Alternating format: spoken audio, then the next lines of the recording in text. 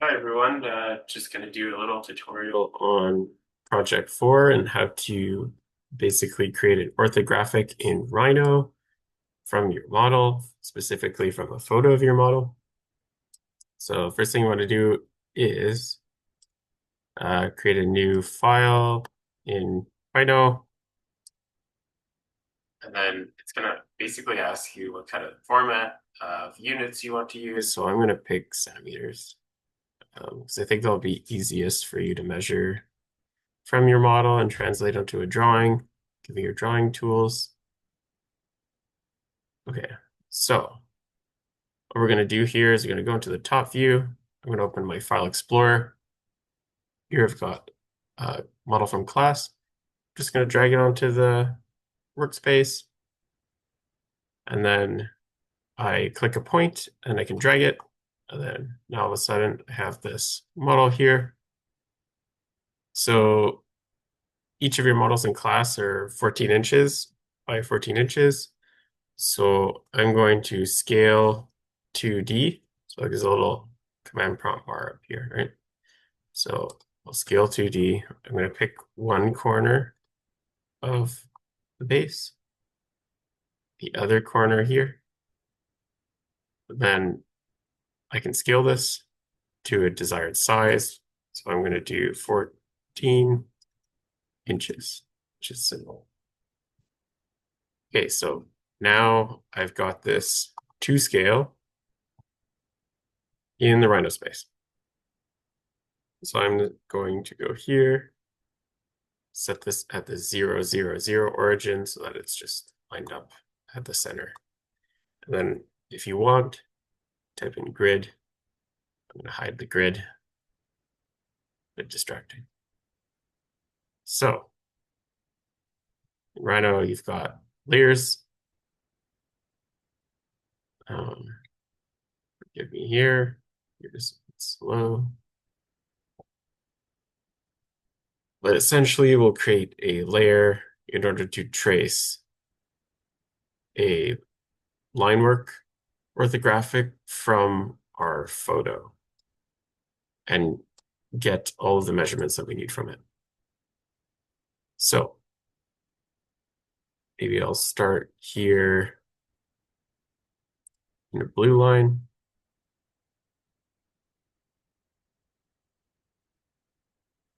So here I'm going to draw a little box for the base.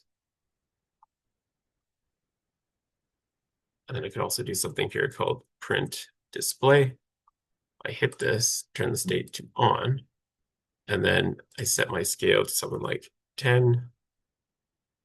And if I go here onto my layer, I change my print width to something like 0.5. See a different line width. I'm going to do something like this, just so it's like a little bit more clear, 0.8. Maybe we'll adjust that later. So I'll do a linear dimension. Make sure that I have this at the right size. Right now it says 36. 36 what? That's a good question.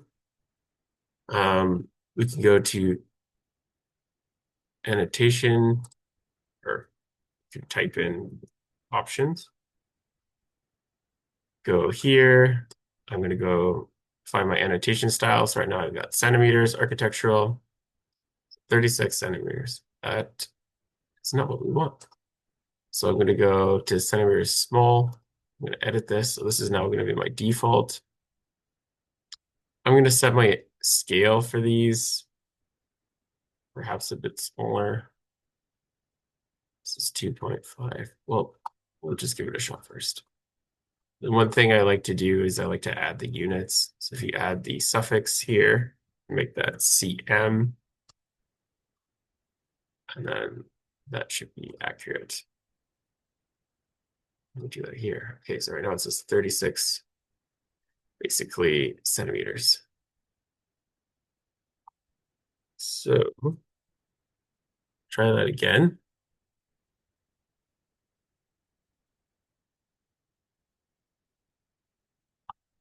this to the end of my drawing.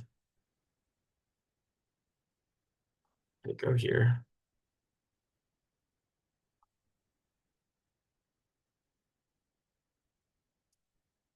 Sorry. I would just do a quick conversion here.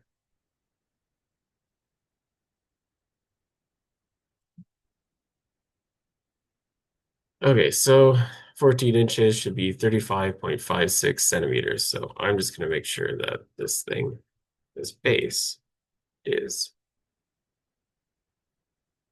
35.56 centimeters.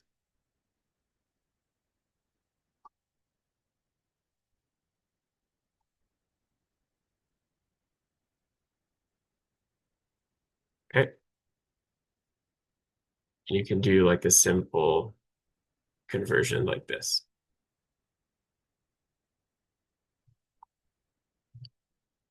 So now if I go to drafting, layer dimension, 35.56 looks good to me. What I can do here is create a new layer with my photo. Model photo. Assign it to that layer. Lock it. And then now I won't select it by accident, which is great. So how we could go about creating our line work and determining our line work. We're going to turn off ortho. Basically what ortho does, it helps you keep all of your lines straight and orthogonal. Because we've got quite a bit of angles in this model example, we're going to turn it off.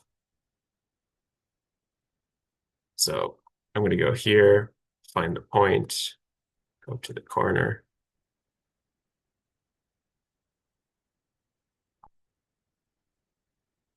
And then it'll go like this. That. This line, this fold. We're going to try to pick out all the surfaces that we can see. So every time we see like a little fold line in the paper, that's a new surface to draw. Project.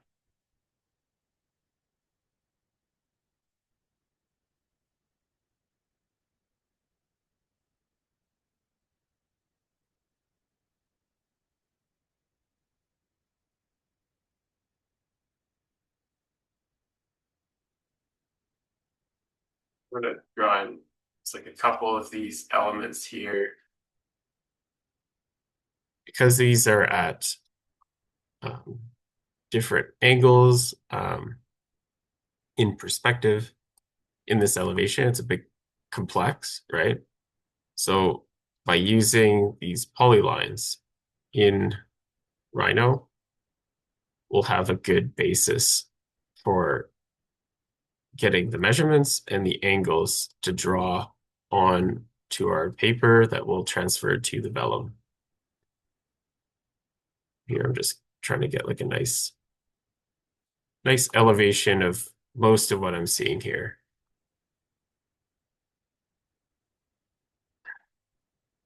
All the different faces of the model.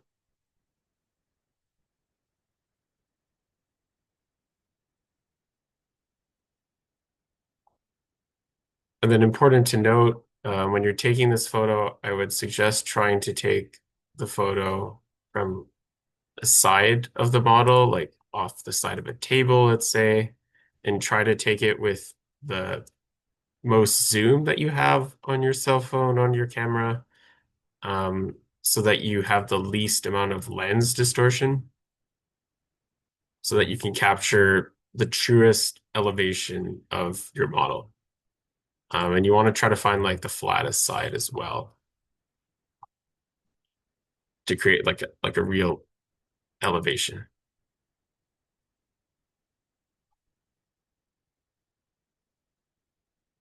So if you need to reposition your model on your piece of foam, go for it. Trying to find the sides that are like the flattest sides.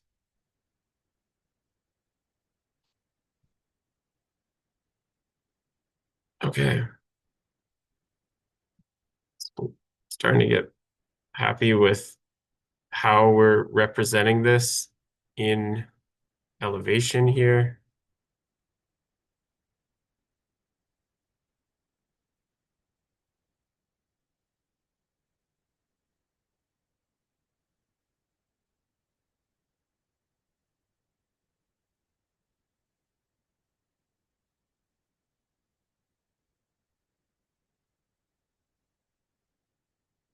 I'm starting to get like an idea of what this would actually look like as an orthographic.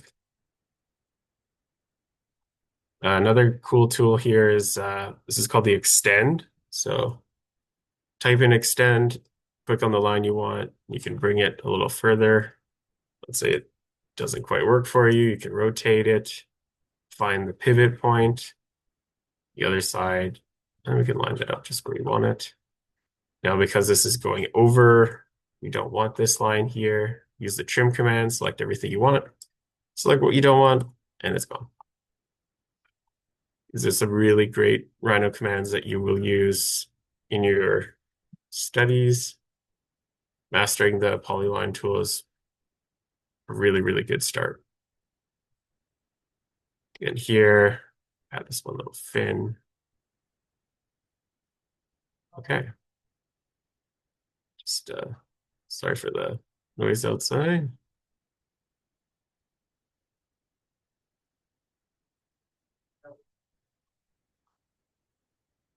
Okay. Once again, a little trim command here. So now I turn this off. Oh geez, the model photo. I should see what I want to be seeing in my orthographic. So maybe in order to make this look like an elevation, I kind of want like my ground plane like consistent, right? So I can do something like this, where this little leg here is trimmed, and then this line here is flat across the board. So that when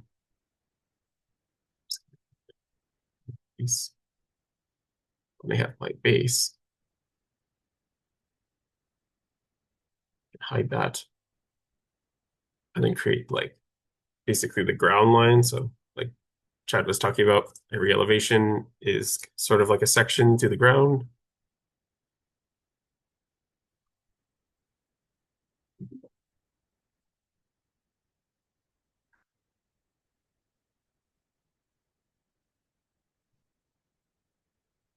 Find a line that goes across the whole object.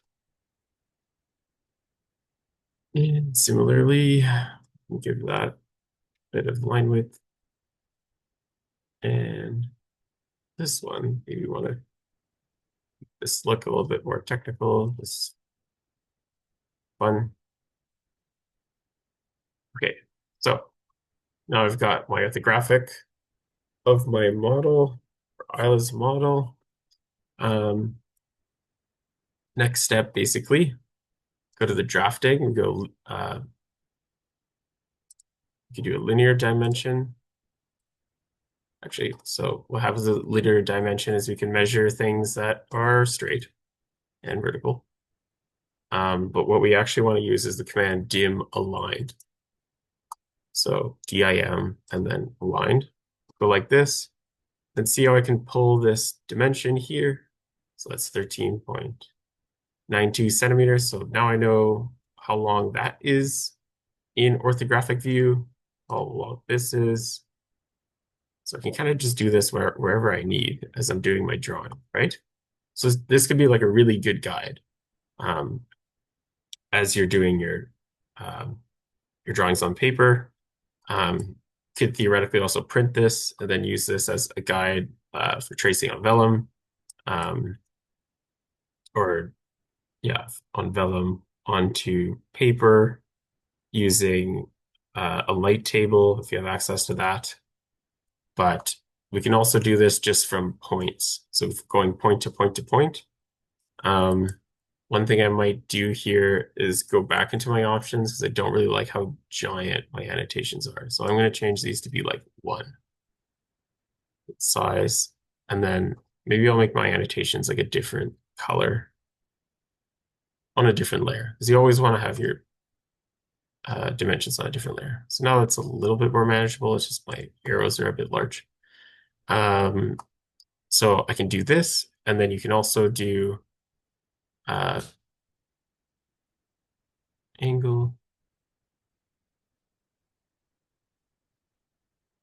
So if we do the angle, we can pick one line to the other line. Sorry, so we go start of the first line, end of the first line, start of the second line, end of the second line. Then that'll give us the angle here. Or what we can do is do angle, which is easier. Click on the shape like this. So this is telling me 6.4 degrees.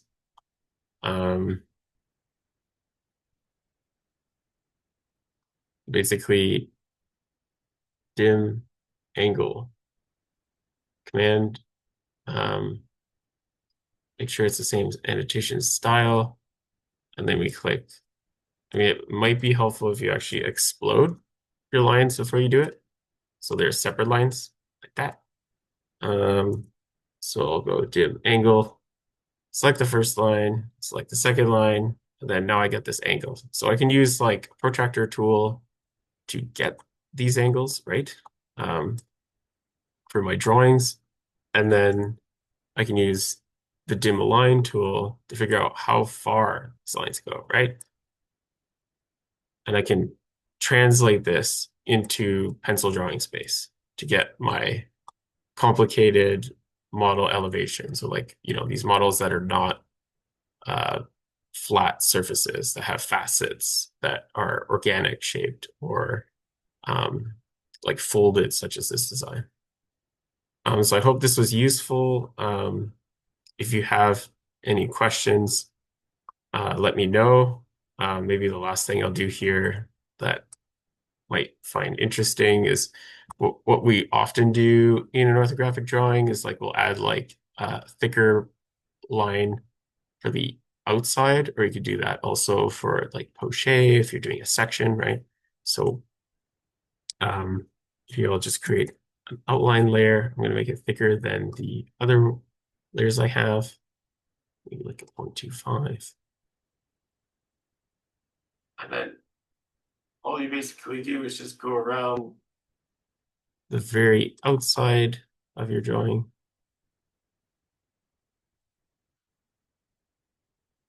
You miss, or you can do Control C.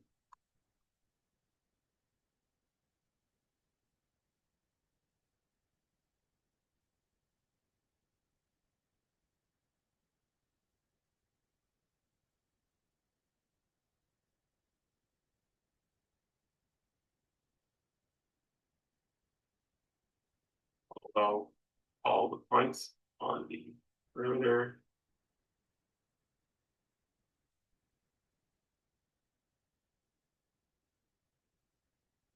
Then once you get to the last point, like that. So when you're looking at it, this is how you often see a orthographic created in Rhine, which you can create yourself as a bit of like a planning tool for your own drawings for this assignment in Project 4. Another thing I would like to show you is we could do like a dash line if you want to start kind of planning your dash lines. So let's say I want to have this dash line that shows where this line goes in the background. So set the same line widths of the others. And then I'm going to go here. It's going to find that line. And the reason why it's finding it is because I have this thing called Smart Track on. So Smart Track is right here. So yeah, like that. And then see, now I have a dotted line there. So that might be helpful for you if your model has like a couple voids or something. Um, but yeah, so hope this was helpful and have a great rest of your day.